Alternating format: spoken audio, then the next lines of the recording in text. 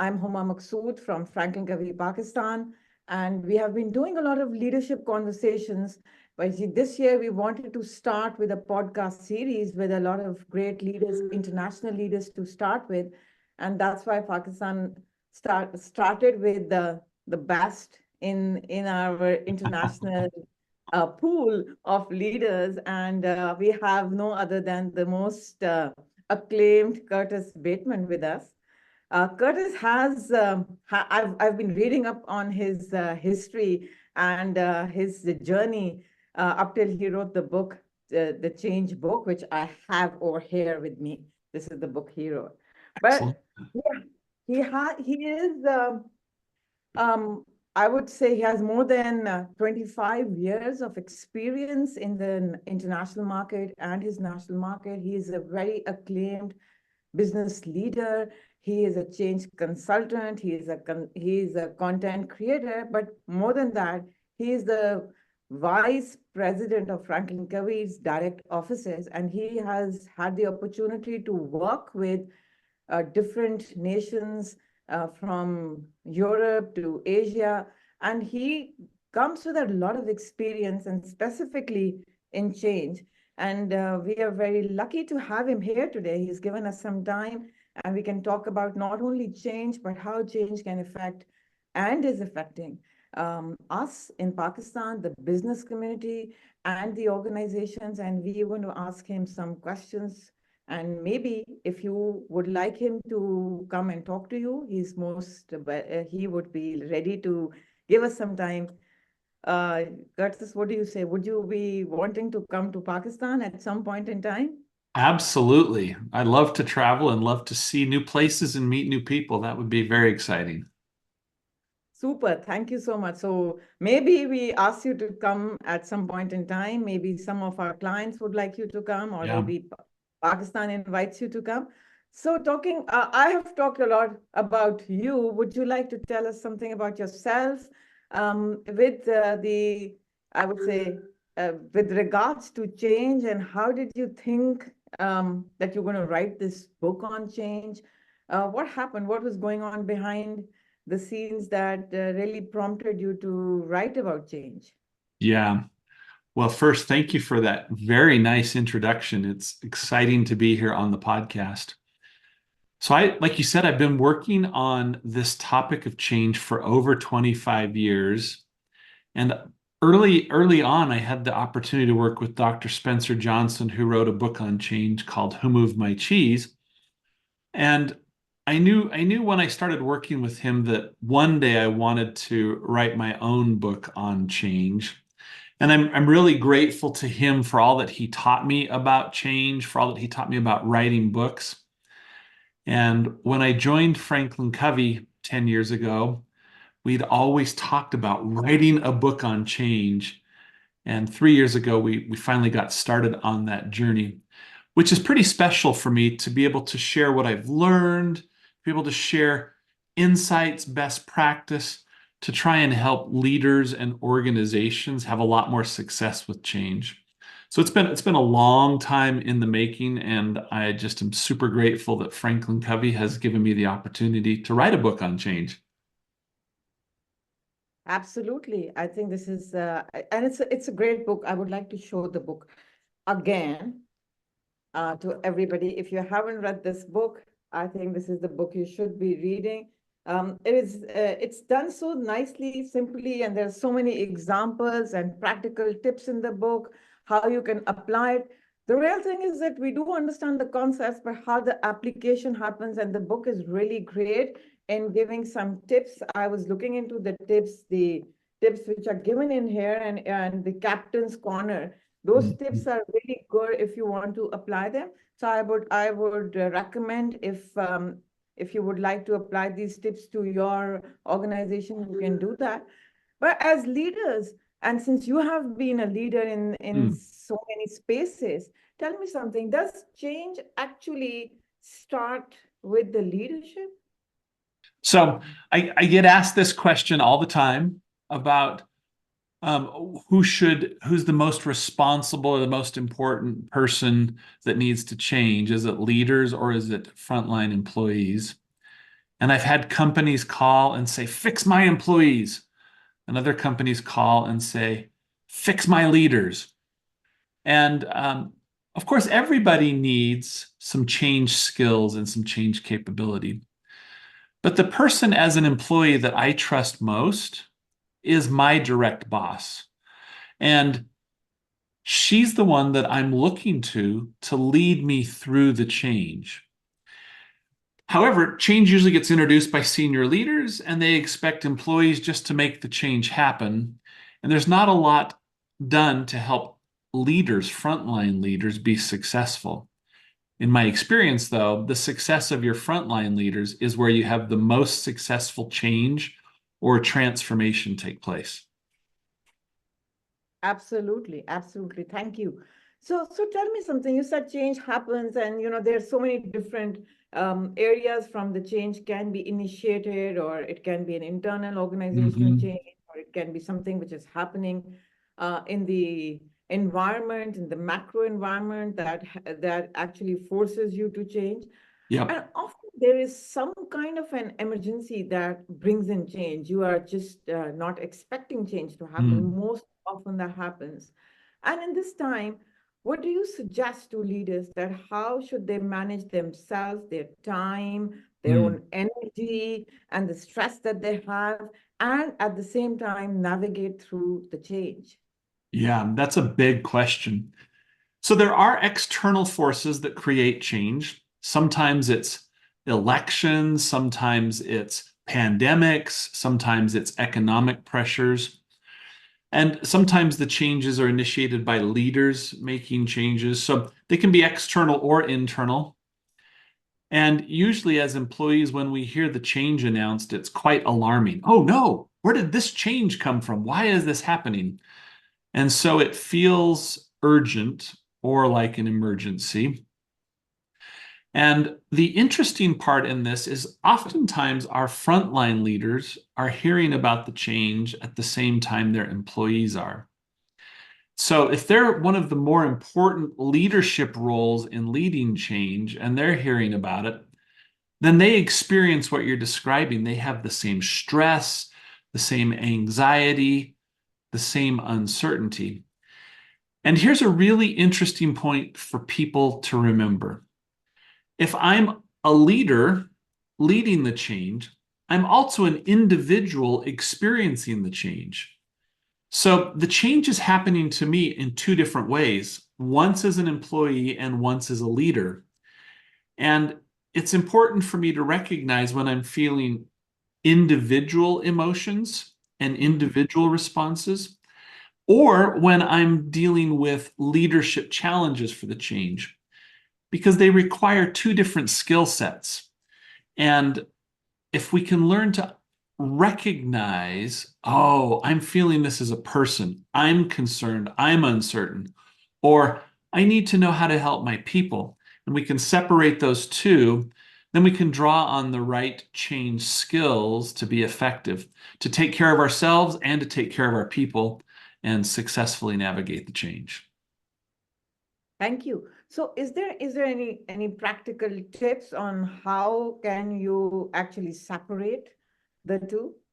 Yeah. One of the things that I encourage everyone to do as they're experiencing the change is to think about, what am I thinking? Mhm. What am I feeling? And what are the things that I'm doing right now? And in my experience, if I'll pause and I'll recognize, what am I thinking, feeling, and doing, then I Mhm. can understand, am I thinking, feeling, and doing that as an employee, or am I thinking, feeling, and doing as a leader? And I can use head and heart and behaviors or actions to figure out which role I'm in or which one's concerning me.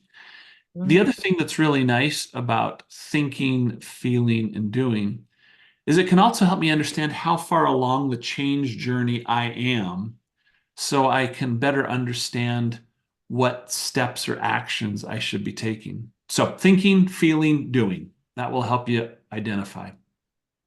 All right. So when we talk about thinking, feeling, and doing, the feeling part is something sometimes we really are not able to recognize. Mhm. What are we feeling? We do understand what we are thinking, and when you talk about this change process, usually everybody talks about a process. Talks about it's like something technical, and we have a lot of focus on the process. And Yeah. when you and your focus and your book's focus, and you talk about the human part in it, and you talk about the connection that you need to create through empathy and curiosity. So if you can talk about Mhm. this piece, and how does this piece actually fits into the Yeah. technical process. Yeah, this is such an important question. If we look back in time, most change management and leadership is focused on the process. Here are the steps, let's just do this. And sometimes we believe that we need to pay external consultants to tell us all the steps. And then we wonder why the change isn't very successful because we have this checklist or this project plan, and we're just supposed to do it, be done, and everybody is happy with the change. And I recognize that, but as I've worked with leaders and organizations for many, many years, I've recognized a few things. First of all, I've recognized that companies hire really good employees. They hire people that want the business to be successful, and yet they don't include them in planning, organizing, and executing the change. Which means if we're trying to capture our employees' motivation and their energy and their passion, but we don't include them in helping with the change, we actually don't get them connected to the change. We don't get their heart and their mind involved. And so when I realized that years and years ago, I realized that if we could teach organizations and leaders a change framework and how to engage their people, that their people were clever enough and smart enough to figure out all the project management pieces, maybe even figure them out better than external firms because they understand the business and what we're trying to change. And so that led me and my business colleagues to realize, oh, this is really a people endeavor. And if we can help them become part of the change and part of the solution, we'll get high levels of engagement and contribution to make the change happen and happen better and happen faster. So, where does empathy fit in with this? One of the things that we realized is there's this predictable pattern, and the pattern suggests that as a change is introduced, it's really disruptive. People are left wondering, what is it that's changing and why is it changing and what does it mean to me?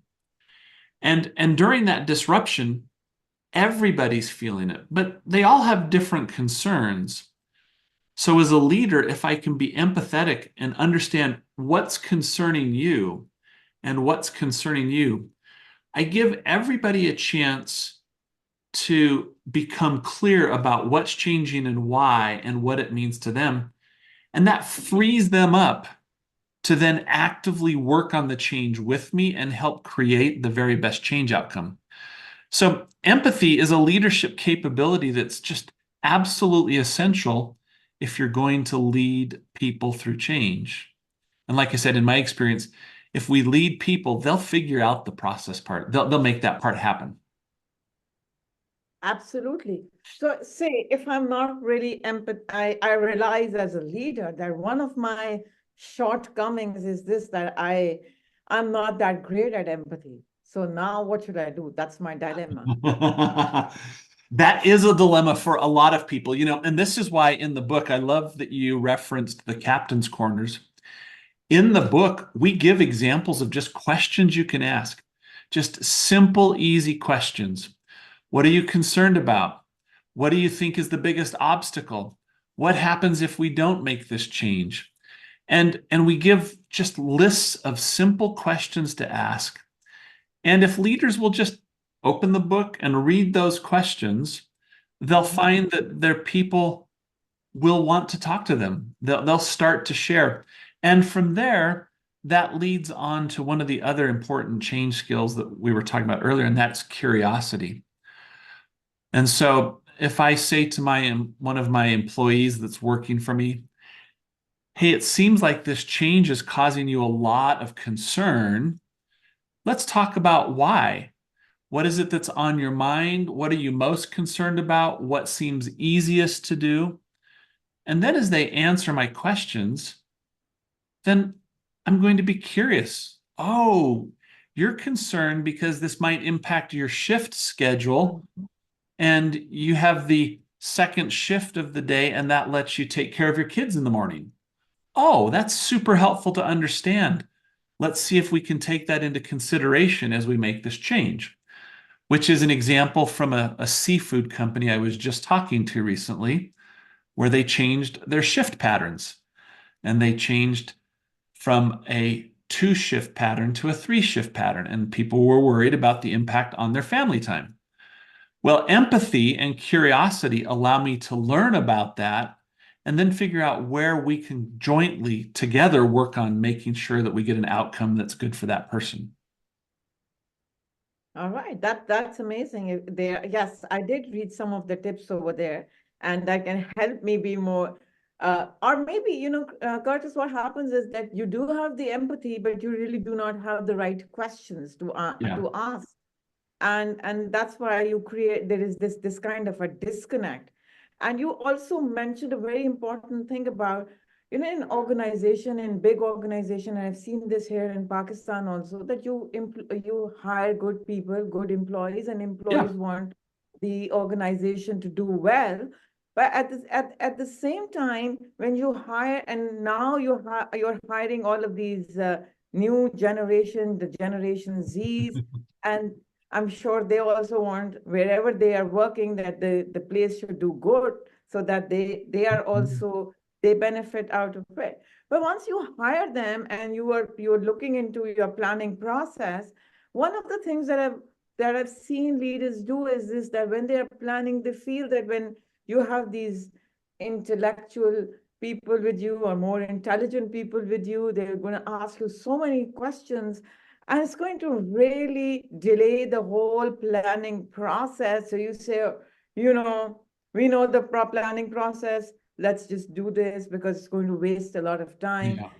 And I remember you were quoting somewhere one of the FranklinCovey's, Dr. Stephen Covey's quotation about that with people, fast is slow and slow is fast.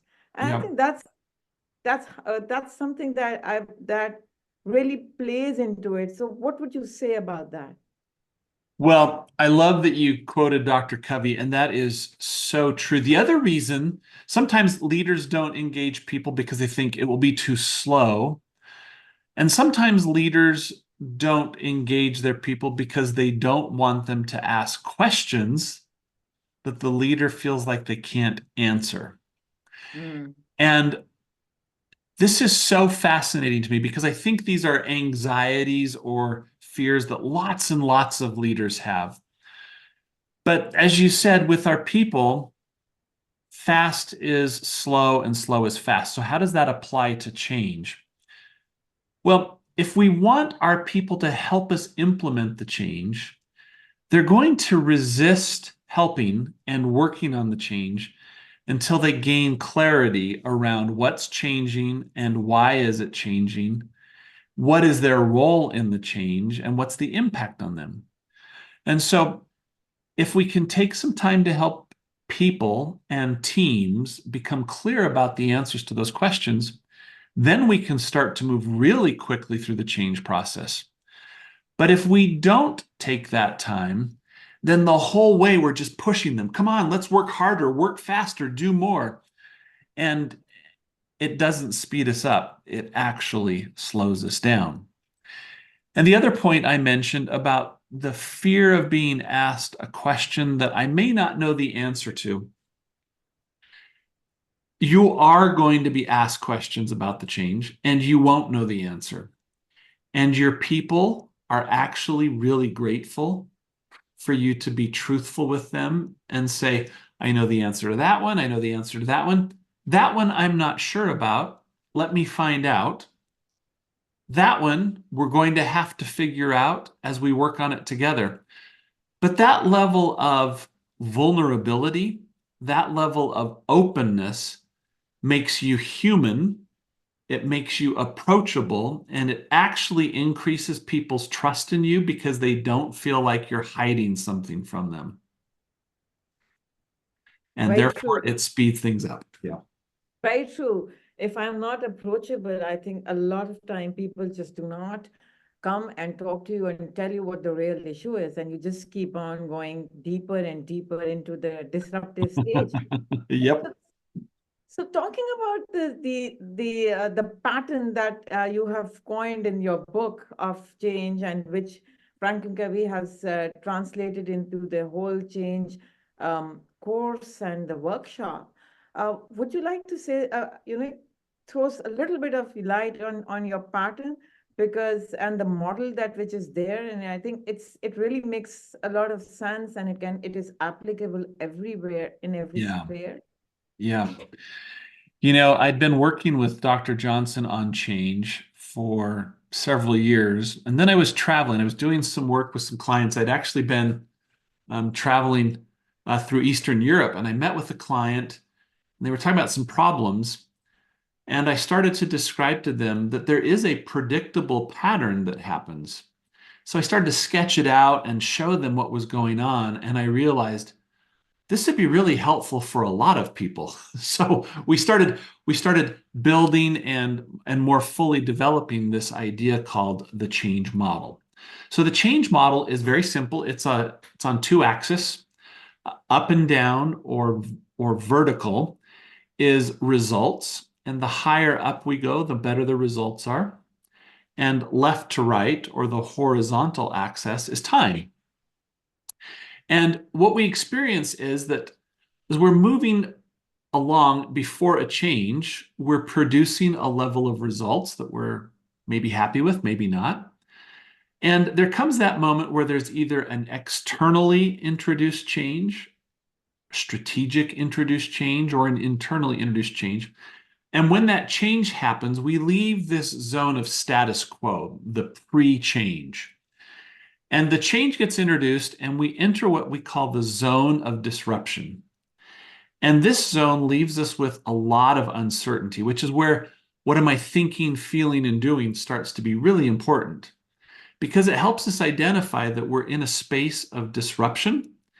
And while we're in that space of disruption, we're probably resisting the change, and we're having a decrease in our results. But over time, that bottom axis, over time, we'll eventually get the answers to our questions, and we'll either choose to work on the change or to not work on the change. And I call that the point of decision. Once we decide that we understand enough and we're willing to work on the change, we enter the third zone called the zone of adoption. And the zone of adoption is actually where most changes really, they don't succeed. They fail to reach the outcome.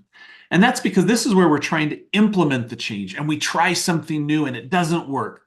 And we try another idea and it works. And so we find ourselves going forwards and backwards, trying to figure out all the pieces of the change. And as we keep at it, as we persist, we move through the zone of adoption and our results improve. And this is interesting because some companies will stop here. They'll say, oh, thank goodness, we're done with the change. But companies that understand the change pattern, the predictable change pattern, will move into the fourth and final zone, which is called the zone of innovation. And this zone says, what have I learned? What have we learned? What have we discovered? What else could we do that would get us even better results? And as companies and leaders will stay really focused on what have we learned? What other questions could we ask? What can we continue to discover or do differently than we thought at the start? It allows us to get better and better results. And so the change doesn't just get us back to the starting point, it gets us to a better outcome. And so that's this change model. It's very predictable. Every change goes through it. I've been mapping changes for people, for individuals, for families, for leaders, for governments, for small businesses, for family businesses, for charities, for large multinationals. And every change goes through this same predictable pattern, the change model. And as you learn that pattern, it helps you feel less threatened about the change and more confident to say, oh, I recognize what's happening and where we are. And it gives you confidence to do something to make the change successful. Thank you.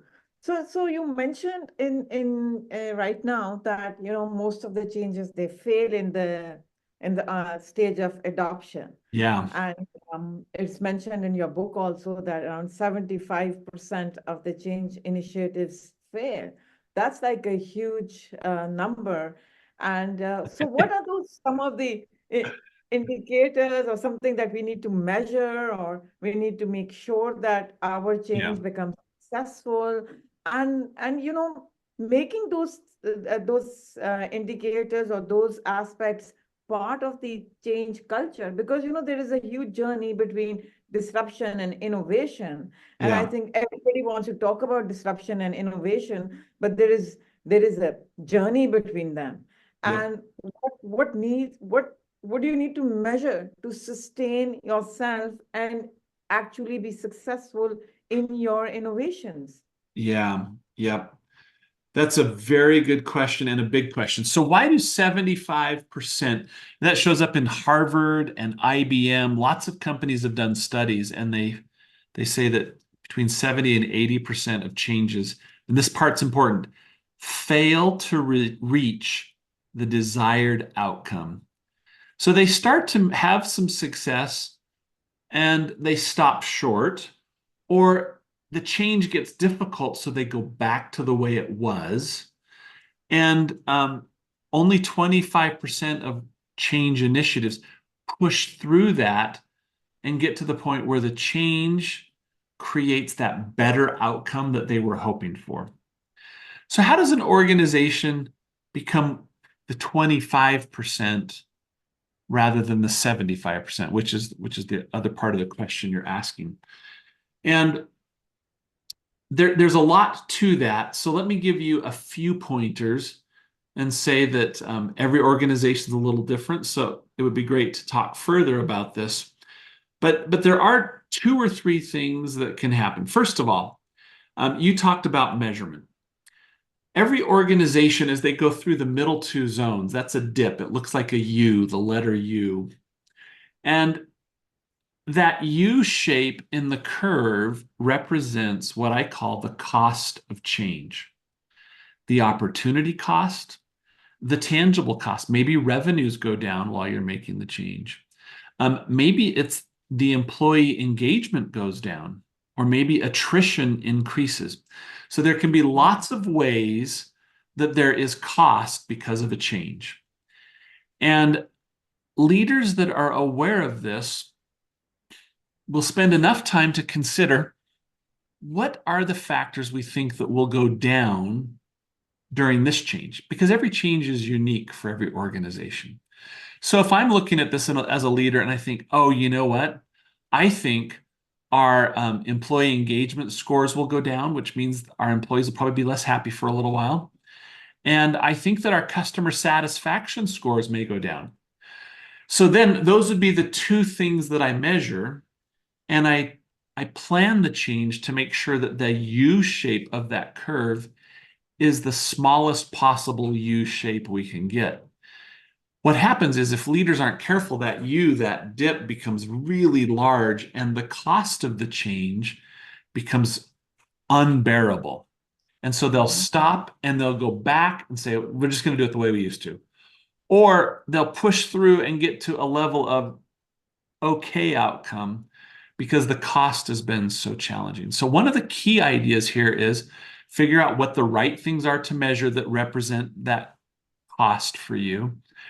And then second of all, be really intentional as leaders to plan for managing that.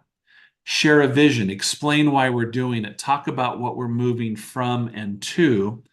So we help all of our people clearly understand how we're going to move through the middle two zones as quickly and as effectively as possible.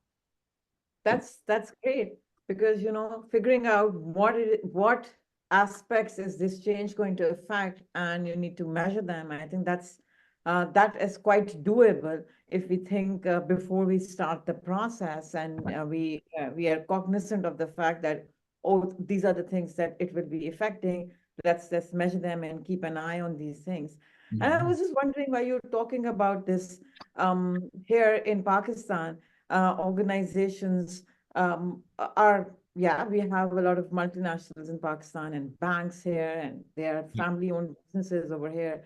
And for us, I think, yes, you say change is inevitable. We always live in a flux. But I think the change here in Pakistan is phenomenal, not or because of the where we are placed or what we are going through. And organizations are, at this point in time, are going through a lot of stress and a lot of anxiety, and we feel, okay, change, when you talk about change to people, usually they're talking about upgradation of their processes, bringing in new technology, digitalization, things like that. And when you talk to them about the culture, about the people's part, it's very difficult for them to understand the value it brings. And you start off the change process, and you spend a lot of millions of dollars on your upgradation, and your you becomes bigger. And so what would be your advice to them, or something? What should they look at? What Yeah. aspects be highlighted for them to be able to tighten the you that you're talking about? Yeah, let me tell you a fun story from a client years ago that ran a very large call center. And they had this amazing idea to bring in some new technology, just like you're describing. And they spent millions of dollars to bring in this new call center software that was going to make everybody's life better. And my colleague was walking through the call center and noticed one of the employees had opened the old software, and they had it on their computer hidden because the old software was comfortable. They knew how to use it, even though the new software should be this amazing solution to make everybody's life better. And when we talked to them, we realized that the company had chosen the software and implemented the software and never involved anyone from their call center in the process. So people didn't feel heard. They felt like the change was being done to them. The company didn't listen. They didn't understand what they really needed to do their job better. And as a result, it took a long time to convince their people that the new tool was going to be helpful. And so if you think about that in the context of what we've been talking about finding a way to involve our people in the change so they have shared ownership with us. So of course, you can buy new technology, you can implement it, you can mandate it, and over time, it will probably start to work. But you've increased the cost of the change because you have prolonged the shape of the U. You've made it longer and deeper by not understanding people's concerns, by not inviting them to be part of the solution, by not allowing them to help with how we implement the solution. And when we do that, what we find is we get the benefits of the technology, but we also get the benefits of all of our people engaging to make the change successful. So by not doing it, we make the U wider and deeper. And the minute we start to involve our people, we make the U shorter and shallower. And so it's just such an easy idea. But like you said earlier, well, that's too much work to engage them, or it's too much time to talk to them. And it ends up making the shape of the dip costly. Absolutely. Because I think it really does happen when you talk to leaders and they start thinking of talking to other people it becomes quite cumbersome in their minds that, oh, we're going to talk to people. Usually, when I talk to them, they say, oh, we've done everything, we've planned everything. Everybody knows this change is going to come.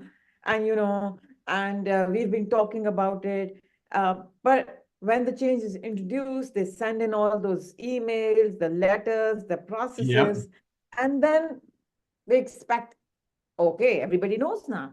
So it will happen now. But That's as so funny. That's so funny you say it that way. I lived this experience with a client. It was two technology companies. They were merging. And I interviewed the executive team, and they said, everybody knows about the change. We've told them. Everybody's clear what they're supposed to do. And I said, oh, that's fantastic. It sounds like you've done an amazing job. Would you be okay if I call 30 employees from all over the company and just verify what their understanding is? And every single person I called said, I have no idea what the change is. I don't understand why we're going through this change. Nobody's explained to me what my role is. And so it's funny because you often hear leaders say just what you said. And when you talk to the employees, they feel like they've been talked at, they've been monologued to, rather than had a dialogue, a discussion, or an engagement. So it's real life. That happens all the time in organizations.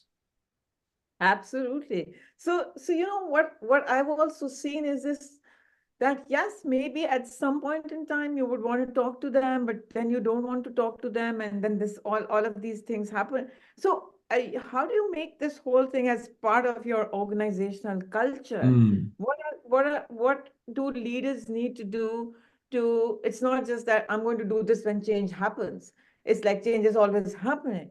So as a leader, what are some of the competencies that you need to have, or I would say organizations need to inculcate in mhm. leaders for this, the whole pattern and how you deal with it becomes institutionalized? Yeah.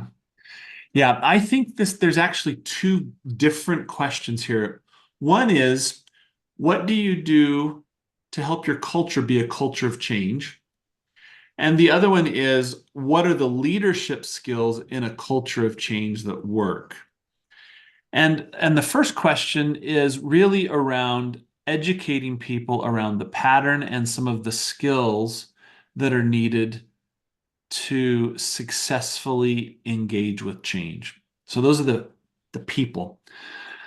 The leader piece is really interesting. And there are five specific leadership skills that I like to talk about. There are lots of great leadership skills, but these five apply particularly to successful leading change: vision, communication, alignment, engagement, and accountability. And they are particularly relevant for leading change. The part that you're talking about is really vision and communication. Mm-hmm. We don't involve everybody and everything, but we involve all the right people at all the right times. And the way we do that so that we know what we're working on and we know what our part is. I use a tool called the case for change. We talk about it in the book. We talk about it in our training. And the Mm-hmm. case for change is really two big components, and they help a leader with vision and communication. So the case for change talks about, let's tell the story of why we're changing. What has led us to the point where we need to make this change? And that's usually about 2/3 of a page, right? This is only a one-page tool. And then the bottom third says, what is it that we're moving from and to? What are the things we used to do that we do differently now? What are the behaviors? What are the actions? What are the results? What are we moving from and to? And as a change sponsor, somebody leading a change, if I can create a case for change that clearly communicates what's changing, why is it changing, how did we get to this point, and what are we asking the organization to move from and to, then each leader in the organization can use that as the basis for engaging their own teams with their own case for change. It helps narrow the focus and clarify what we're working on. and then allows us to make sure that we're aligned. But that's the starting point. How do we get people to work together and be on the same page? I use the tool called the case for change. Yes, it's a great tool. I went through this tool, the Case for Change tool. I think it's given in the workshop also. And Mm-hmm. it's a very comprehensive tool which makes you think and makes you do the planning also. But real piece, what you're talking about is this communication piece, that once you've done that, how do you communicate? And a lot of time when we look in, and I can tell you from my experience in Pakistan, you do not have a communication process, or maybe somebody who's responsible for making sure that this communication happens. And sometimes I feel that this is a missing piece.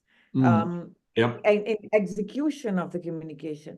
So any thoughts or any advice for the Pakistani market or the family-owned businesses vis-a-vis change and the communication Yeah. and the execution of it? Yeah. This is such an important idea. Most leaders, when they introduce a change, have been thinking about the change for days, weeks, months, years, and they've been planning this important change for the success of their business. And so for them, they've already thought about it, they're already excited about it, they already believe that it's the right decision, and then they announce the change. They get everybody in an email, or they get everybody on a video call, or everybody in a large room and say, here's the change, let's go do it. And they think, well, I've communicated the change. And that's where this falls apart from a communication plan. Mm-hmm. I call that type of communication monologue. I'm talking at you and you just listen. And there are two principles here that are really important for leaders to know. The first one is we need to move from monologue to dialogue. Let me tell you about the change. Now let's talk about it. What did you understand? What questions do you have? What can we clarify? That's principle one. Move from monologue to dialogue. That's an extremely important communication principle. And the second principle is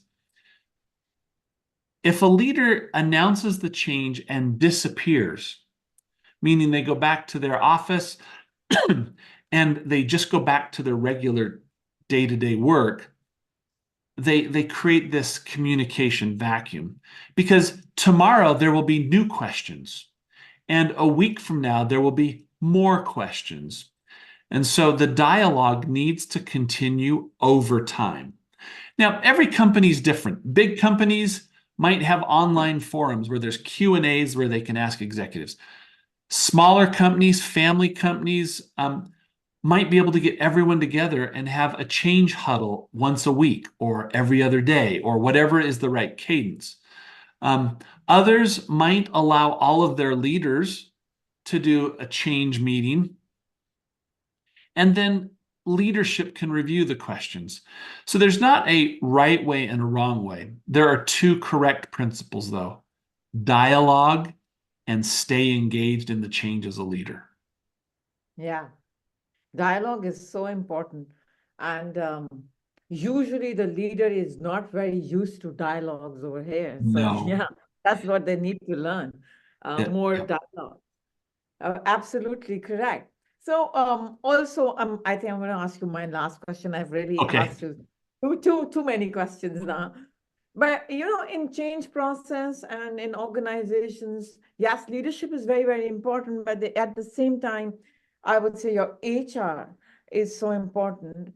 And anything that you Mhm. would advise the HR departments, any tips for the HR departments to be able to do something in their own departments, Yeah. because change is needed in them also. Looking at the future, how you envision it, and what the HR needs to do in this whole scheme of things. HR can be such a valuable business partner in organizational change. Of course, there are change initiatives that HR needs to be like every other team and work on being part of the change. But one of the roles where I really find HR to make a big contribution is to coach or support other leaders who, as you said earlier, may not feel as comfortable with empathy or may not be as certain around how to answer certain kinds of questions. And HR is accustomed to people questions and people discussions. And so they can be just a really essential partner to the whole business through the change process. Sometimes I have asked HR people to be in roles where I call them change champions or change coaches. And I've trained them on all of the tools that leaders need to use so they can sit in with the leader and help answer questions, or they can practice with the leader before a team meeting on how they're going to answer questions.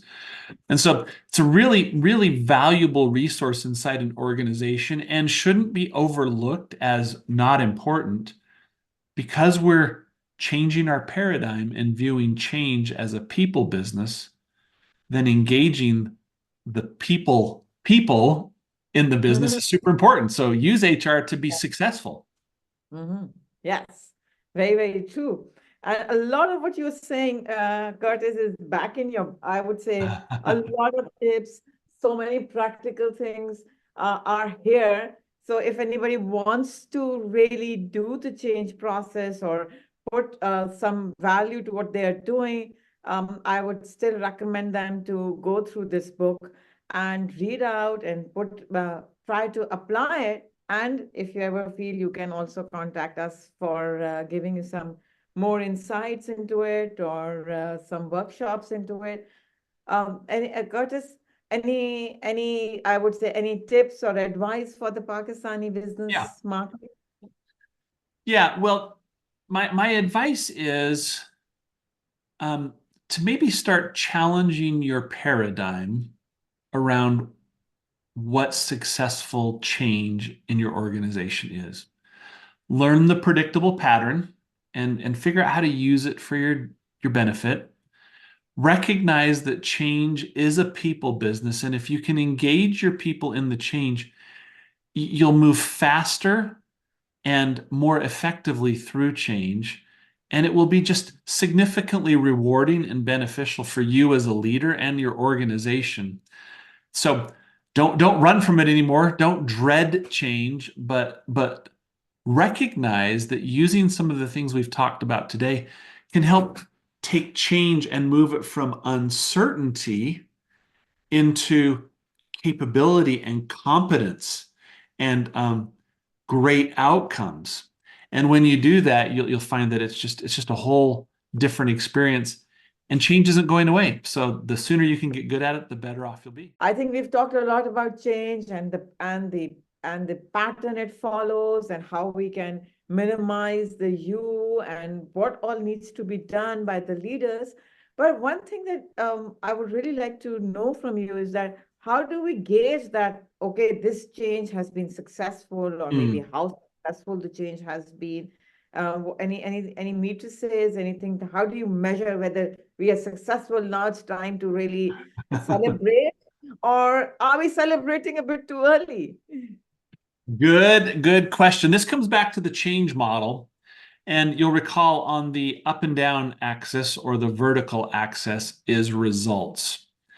And results, whatever the result is, the financial result, the client satisfaction, whatever the result is, the higher up you go, the better the result. So as we look at implementing a change, we're watching to see how those results improve. So how do we know when we're done? Well, one way is if we're back to the same level of result as before the change, that's one milestone. We talked that if you stop there, you've probably stopped too soon. And then from there, anything above that is just extra value. Anything above the starting level of result is the benefit of the change. I would say, if you look at what's inside the U, that's the cost of the change. And if you look at what's under the curve in the zone of innovation, that's the benefit.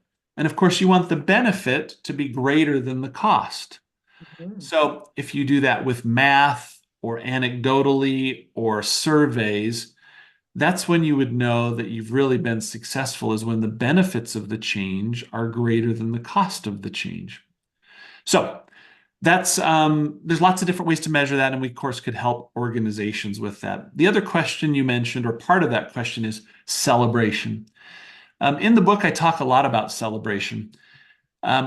In the third zone, the zone of adoption, we talk about celebration, but it's important to recognize in the zone of adoption and innovation, when we talk about celebration in the book, we're talking about celebrating small successes. We're not saying, hey, celebrate that the change is done. We're saying, we discovered something. That's fantastic. Let's celebrate that. Or this didn't work and it was a failure. Let's celebrate that because we learned something that doesn't work. But be very narrow and specific about what you're celebrating, and only celebrate the accomplishment of the change once the benefit outweighs the cost. Yes, because sometimes we celebrate and we go back to That's where we right. started. We don't want to do that. Yeah, we just don't want to tick. Very true. Thank you so much. Thank you, Curtis. Oh, my pleasure. My pleasure.